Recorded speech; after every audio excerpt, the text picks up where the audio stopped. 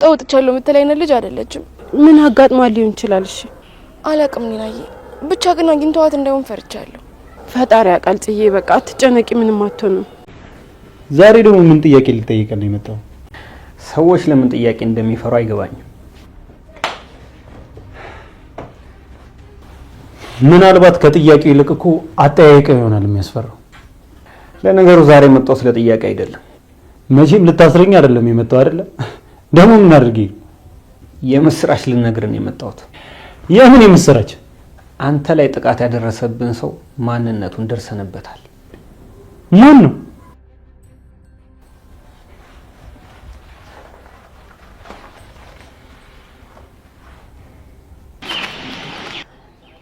ደህና ነኝ። ኧረ መርማሪ ደህናማ አይደለሽም እኮ እንዴ! በጣም ፈዘሻል። ምንድነው የተፈጠረ ነገር አለ እንዴ? ታውቃለህ መርማሪ፣ ብቻዬን ሲሆን ቀኑን ሙሉ ሳደርጋቸው የነበሩ ነገሮችን ቁጭ ብዬ ለማሰብ ሞክራለሁ እና እንደዛ ስጫወት የነበረው የእውነት ደስተኛ ሆኜ ነው ወይስ ብዬ አስባለሁ። ከሰዎች ጋር ሲሆን የምር ደስተኛ ሆኜ ነው ወይስ ደግሞ እነሱ እንዳይከፋቸው ደስተኛ ለመሆን እየሞከርኩ ነው? ግራ ነው የሚገባኝ። አለው ለጥያቄ እንደምፈልግ ተነግሮኝ ነው የመጣሁት። እውነት ነው። አንዳንድ ጥያቄዎች ነበሩኝ። ለምርመራ የሚጠቅም ነገር ከሆነ የትኛውንም አይነት ጥያቄ ለመመለስ እኔ ዝግጁ ነኝ። ለትብብር ኮዲ በጣም አመሰግናለሁ። በመጀመሪያ በአንተና በኪያ መካከል ስላለው ነገር እንድትነግረኝ እፈልጋለሁ። መርማሪ፣ ጥያቄ ግን የግል ህይወትን የሚያማክል እንደሆነ አልተነገረኝም። ጠበቃ፣ ጉዳዩ በቀጥታ ምን በተዘዋዋሪ ከወንጀሉ ጋር ስለሚያገናኘው ነው የጠየቁ። ሚስቴን ያስቆረፈብኝ ማንም አላስቆረፈኝም። ደግሞ ማን ሊያስቆርፈኝ ይችላል? እሺ እንደዛ ከሆነ ነው ተኝ። አይ ዛሬ ምን ሆነሻል? እሺ ቆይ ያስጨነቀሽ ነገር አለ? አይ እኔ ተፋው ኪሩ። አይ ማለት ያው ቆይ እሺ ምንድነው? ሰላም ሰላም፣ እንዴት ናችሁ? በያላችሁበት ሰላማችሁ ብዝት ይበል። የጽና የኪራ አድናቂዎች እንግዲህ ሰሞኑን አብዛኞቻችሁ የኪራ ቀናት በጣም እንዳስደሰታችሁ እየገለጻችሁ ነው። በጣም ደስ ይላል። ዛሬ ግን አነሰ። ዛሬ አንሷል አለ የሚባል አይደለም። ቅናቱ ከናሆም ጋራ ብቻ ነው። እንግዲህ ናሆም ያው በጣም ጥሩ ጓደኛ ጥሩ ወንድም ስለሆነ እንግዲህ እሱም ባታምኖ ቢያንስ ጽናትን ማመን አለብህ። ጽ በጣም ቅንና መልካም ሴት ስለሆነች ነው። እንዲሁም ታማኝ ነች፣ ትዳሯን የምትወድ ናት እያለ የመሰከረላት ነው። ናሆምም በጣም ደስ ይላል። ናሆምና ጽናት እህትና ወንድም ናቸው። ያው እዚህ ቀደምም ተናግረናል። ለማታውቁ በጣም ደስ የሚሉ ፋሚሊ ናቸው። በጣም ነው የምንወዳቸው። እንግዲህ እንደነገርኳችሁ ናሆም አለ፣ ምሮ አለች። ምሩም ለነሱ እህት ነች። የመጣችው መጀመሪያ ከነ ኪራ ቤት ነበረ። እናቷ የኪራ እናት ጓደኛ ነበረች። እንግዲህ አጋጣሚ አቃጣሪ እንዲሉ በዛ ጊዜ ናሆም ወደነ ጽናት ቤት በጣም ይመላለስ ነበረ። ስለዚህ ምሩ መጣች፣ ከምሩ ጋር ተግባቡ። መጀመሪያ አካባቢ ልቧን ታማሚ ስለነበረች ፈቃደኛ አይደለችም መራዊት የናሆምን ፍቅር ለመቀበል ትወደዋለች። ነገር ግን በጭራሽ አግብቷት ወይም ተጋብተው እንዲኖሩ አትፈልግም። ምክንያቱም ሞቷን የምትጠባበቅ ሴት ነበረች። እንዲሁም የሀዊ ወንድም የመጀመሪያ ፍቅረኛዋ አላገባህም ስላለችው በሷ ምክንያት ራሱን ለማጥፋት ችሏል። ሰራተኛ ሲያመጡላት ሀዊ ወደዛ ቤት ስትገባ እንግዲህ የምሩ ቤት እንደሆነ ታውቃለች። እያንዳንዱ ነገር አጥንታ ዙሪያዋን ለዛ ነው የሄደችው። ከሄደች በኋላ እንደ አጋጣሚ ምሩ ታማ ነበረ ከነ ጽናት ሰርግ ላይ በተፈጠረው ችግር ምክንያት። በዛ ጊዜ እርጉዝ ነበረች፣ ልጇንም አጣች። ብዙ ነገር ተፈጠረ። ያው ብዙ ስቃይ ብዙ መከራ ነው ያሳለፈችው። እንግዲህ ታማ በነበረ ሰዓት በዛን ጊዜ ሀዊ መታ። ሀዊ በጣም ታንገላታትና ታሰቃያት ነበረ። ነገር ግን የምሩ ፍቅር ሀዊን ሊገዛት ችሏል። መዳን አይቀርምና ምሩም ዳነች። ደስ ብሎናል በዛን ጊዜ ሁላችንም። ምሩ ከዳነች በኋላ እንግዲህ ሀዊን አልናገርም ለናሆም አርፈሽ ስራሽን ስሪ፣ እኔ ወንድምሽ እንድሞት ምንም ያደረኩት ነገር የለም ብላ ነገረቻት። ሀዊም ተስማምታ እንደውም ለሷ ጥላ ከለላ ሆና እሌኒን ስትወቅጥላት ነበረ። በዛን ጊዜ እንግዲህ ሀዊ ባትኖር እሌኒ በመጣች ሰዓት ምሩ አልቅሳ ቤቷን ትታ መውጣቷ የማይቀር ነገር ነበረ። ናሆማ ልጅ ስላለው በቃ ይታረቃሉ እያለች በጣም ትሰጋ ትፈራ ነበር። ብቻ ብዙ ነገር እንዲሁም ትታ ቤቱን ሁሉ ወጥታ ነበረ። ከወጣች በኋላ ግን አልቻለችም። ያው ፍቅሩ ሀያል ስለሆነ የናሆም ተመልሳ መጣች። ተመልሳ ከመጣች እንግዲህ አረገዘች። በማርገዟ ደግሞ አለምዬ ደስተኛ አልነበረችም። መጀመሪያ ላይ አታረግዝም እያለች ትጠላት ነበረ። ካረገዘች በኋላ ውጭ ወጥተሽ አርገዘሽ ነው የመጣሽው፣ ቤት ትተሽ ለምን ወጣሽ? አሁን ሊረሳሽ ሲል ነው የመጣሽ እያለች በጣም ከባባድ ንግግሮችን ትናገራት ነበረ ኃይለ ቃል። እንግዲህ ምሩም ያንን ነገር ሁሉ ተቋቁማ ናሆምም ሚስቱን መምረጥ ስለነበረበት ሚስቱን መርጦ አስከብሮ ያው በመካከላቸው ቤተሰብ ጣልቃ ገብነትን እንዲርቅ ታግሏል። በጣም በቃ ጀግና የሚባል ወንድ ነው።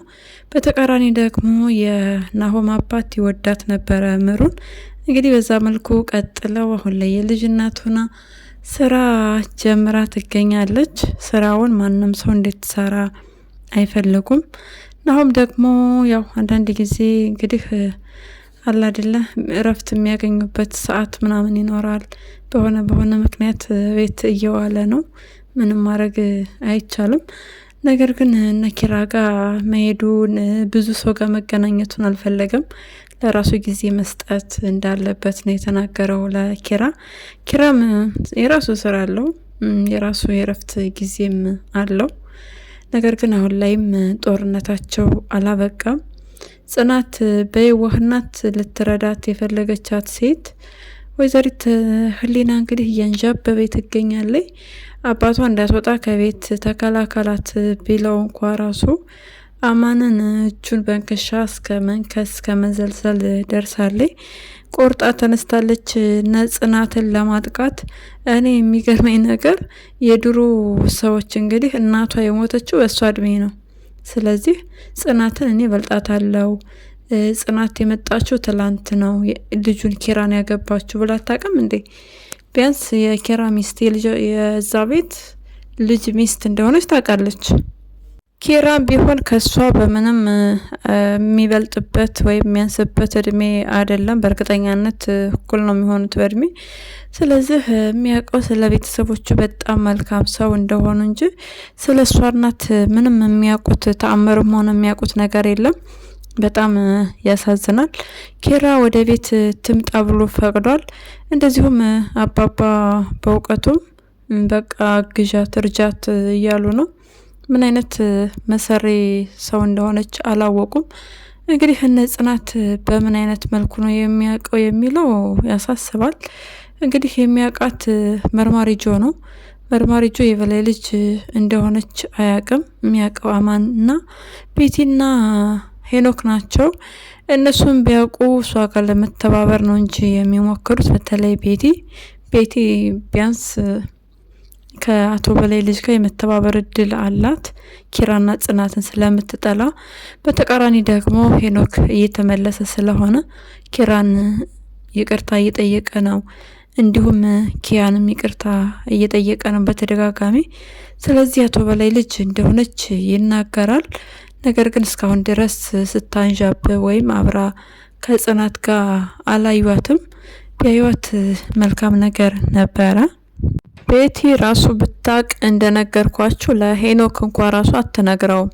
ሄኖክ አሁን ላይ የኪራንና ኪያ እንደነገርኳችሁ ይቅርታ እየጠየቀ እነሱ ጋር ለመስማማት እየሞከረ ስለሆነ በጭራሽ ነው ቤቲ ልትነግረው የማትችለው። ትደብቀዋለች።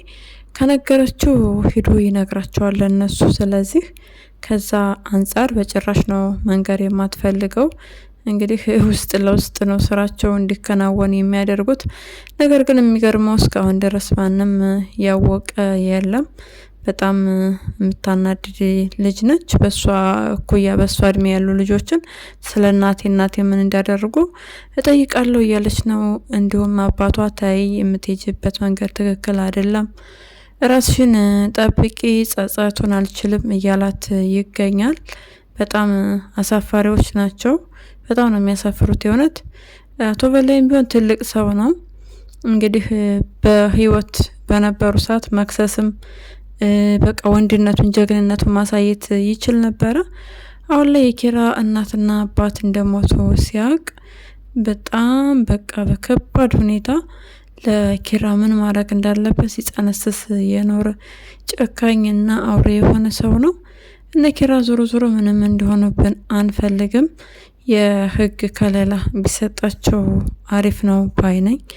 እንግዲህ ኪራና ጽናት የሆነ ጉዳት ችግር ከደረሰባቸው አቶ በላይ እና ቤተሰቡ ናቸው የሚል የህግ ከለላ ቢወጣላቸው ቢያንስ በልጅቷ ፋንታ ልጅቷ ጉዳት ብታደርስ የአቶ በላይ ልጅ እንደሆነች ባይታወቅ እንኳ ራሱ እንግዲህ አቶ በላይ የመያዝ እድሉ ሰፊ ይሆናል።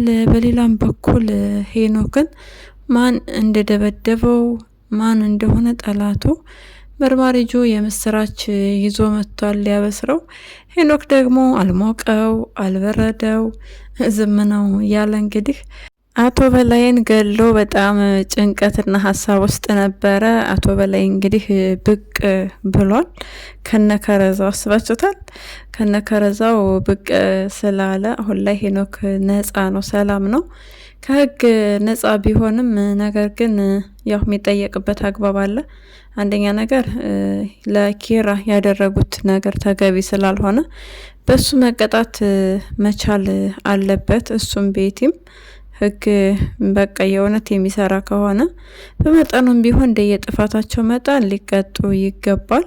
እንዲሁም አቶ በላይ ምንም ብቻ በቀላል ነው የተፈታው፣ አልታሰረም ብዙ። እሱም ቢሆን መታሰር ነበረበት ቢያንስ የተወሰነ ጊዜ። አማን ከአቶ በላይ ጋር ተስማምቶ እየሰራ ነው። መልካም መስማማት። የሆነ ሰዓት ላይ በእጁ ራሱ ነው የሚያጠፋው። ምንም ማድረግ አይቻልም። አማንዬ እሱ እንደ ውሻ ነው የሚቆጠረው። በአቶ በላይ ቤት እንደ ውሻ የሚታይ ሰው ነው። ህሊናም በጣም ነው የምትንቀው፣ እንዲሁም አታምነውም። ብቻ ጉዳት ማድረስ ትፈልጋለች። ከፈለገች ደግሞ ደካማ ጎኑን ተጠቅማ በፍቅር የቀረበች መስላ በቃ እንደፈለገች አርጋ የምትጋልበው ችግድብ ፈረሴ ነው የምታረገው። እንግዲህ መግባት ወደሌለበት መገኘት ወደሌለበት ቦታ ስለተገኘ መርማሪ ጆ ለአቶ በላይ እንደሚሰራ ቢያቅ አሪፍ ነው። አቶ በላይ መርማሪ ጆን በጣም ነው የሚፈራው። በጣም በቃ ይጠነቀቃል እሱ ጋር ላለመገጣጠም። ነገር ግን ደግሞ መርማሪ ጆ ወንጀል ባለበት አካባቢ ስለማይጠፋ ግጥምጥም ነው የሚሉት። መርማሪ ጆ እንዴት ነው ሀኒ በምን አይነት መንገድ እያያት ይመስላችኋል? ሀኒ እንዳትጎዳብን እያሉ ብዙዎቹ ሀሳባቸውን እየሰጡ እያየን ነው። ሀኒ እንድትጎዳብን አንፈልግም። በቤተሰቦቿ እንግዲህ ችግር ያለባት ልጅ ነች።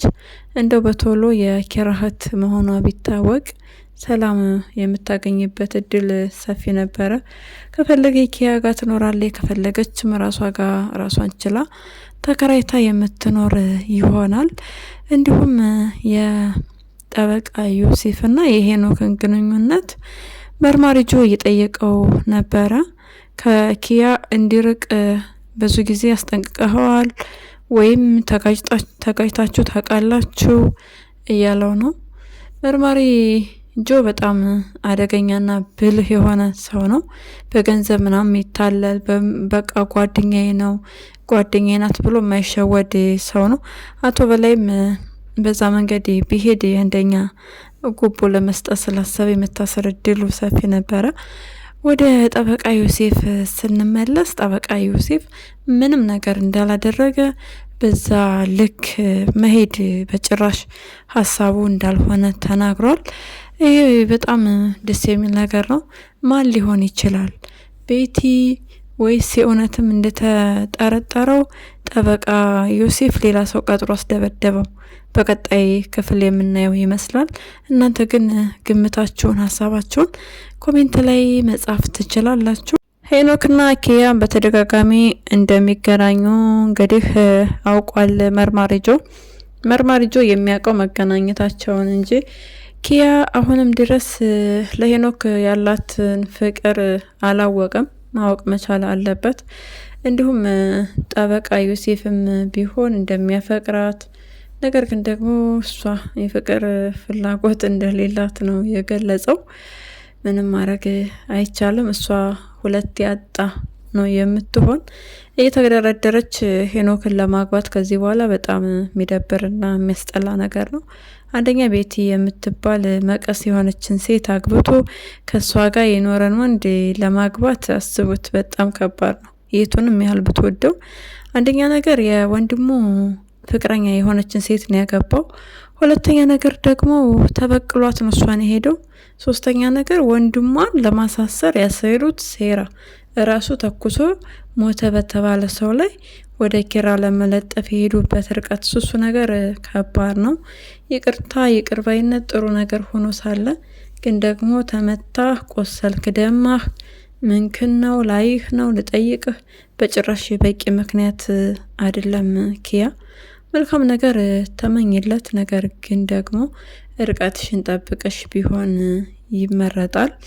እሱ መጸጸቱ ትክክል ነው። ያደረገው ነገር ትክክል ስላልሆነም ነው እየተጸጸተ ያለው እንጂ እኔን የሚጠይቅበት መንገድ የሚያናግርበት መንገድ እያልሽ ባትሞኝ መልካም ነው። ኒና እንግዲህ ኒኖዬ የቤቱ ድምቀት በቃ አባባ በእውቀቱን ፈገግ አስብላቸዋለይ።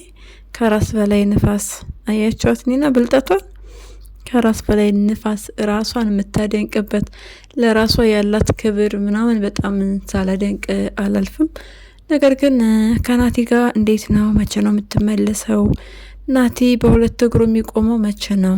ሁለት እግር አልፋችሁ ሶስት እግር የምትሆኑበት ጊዜ ይናፍቀናል። በቀጣይ እንግዲህ አንድ ላይ እንደሚሆኑ ሙሉ ተስፋ አለን። ለዛሬ ያዝንላችሁ ቪዲዮ ይሄንን ይመስላል። በሌላ ቪዲዮ እስክንገናኝ መልካም ጊዜ እንዲሆንላችሁ ተመኘን። መልካም ጊዜ። ባይ ባይ።